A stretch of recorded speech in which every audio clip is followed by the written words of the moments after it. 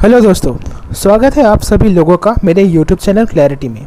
अच्छा, आप लोगों को कैसा लगेगा अगर आप लोग कंप्यूटर को अपने दिमाग से कनेक्ट कर सके और उसे अपने तरीके से कंट्रोल भी कर सके। और सिर्फ यही नहीं, हम अगर इस चिप को हमारे दिमाग में लगाएंगे तो हम फ्यूचर में रोबोट्स को भी कंट्रोल कर सकते हैं। तो सवाल ये उठता है, क्या ये पॉसिबल है? जी हाँ, एलन मस्क ने एक प्रोजेक्ट का ऐलान किया है जिसका नाम है न्यूरोलिंक। इस न्यूरोलिंक की मदद से हम दिमाग में एक चिप इंसर्ट करके उसकी मदद से हम कंप्यूटर्स को कंट्रोल कर सकते हैं। पर सवाल ये उठता है कि ये न्यूरोलिंक की ज़रूरत हमें क्यों हो रही है?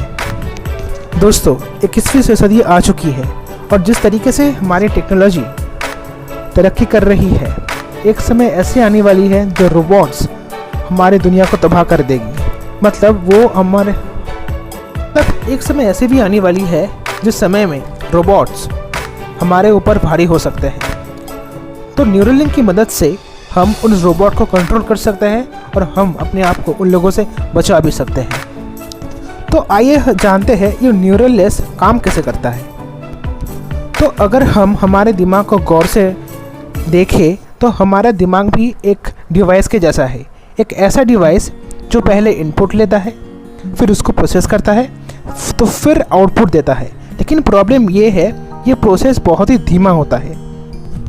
तो इस प्रोसेस को तेज़ बनाने के लिए एलन मस्क ने ये ऐलान किया है कि अगर हम डिजिटल इंटेलिजेंस को बायोटिक सिस्टम से कनेक्ट कर सके तो इस प्रोसेसिंग टाइम को हम बहुत कम कर सकते हैं। तो आइए जानते हैं ये काम कैसे करता है।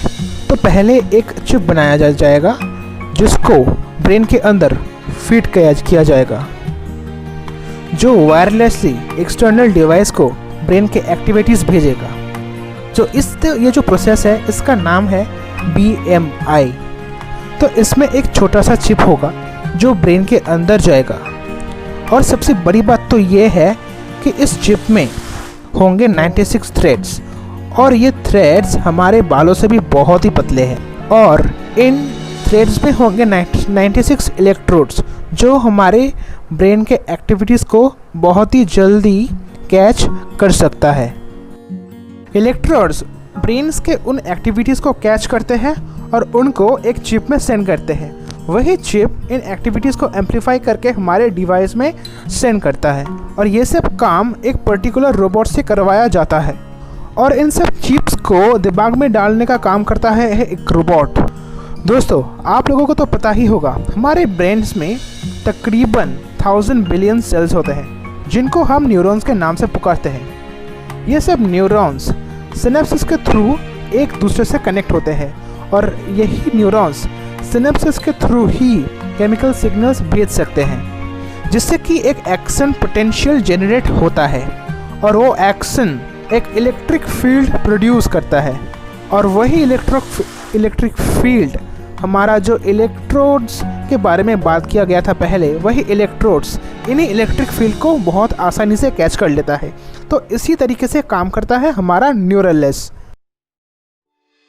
तो दोस्तों, सवाल ये उठता है कि न्यूरोलिंक हमारे लाइफ को प्रैक्टिकली कैसे चेंज करने वाला है। तो आपको पता ही होगा, जो लोग देख नहीं सकते, मतलब जिन लोगों का देखने की क्षमता बहुत कम है, वो लोग फिर से सब कुछ देख पाएंगे।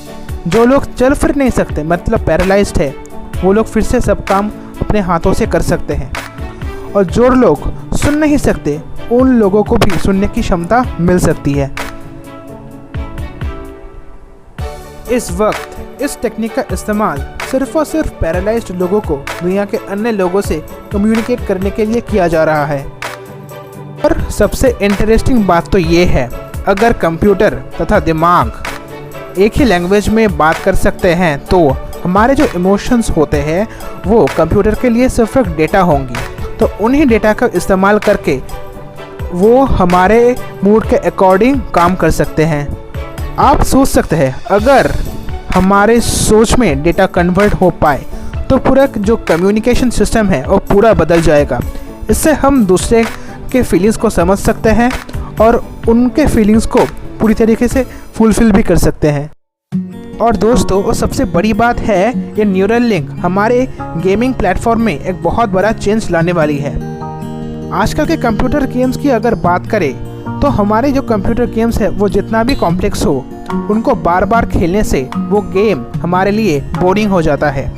न्यूरल लेस की मदद से हम उस गेम को अपने हिसाब से बार बार चेंज कर सकते हैं, जो हमारे लिए बहुत ही रोमांचक होगा। तो दोस्तों, आज के लिए बस इतना ही। मिलते हैं अगले वीडियो में।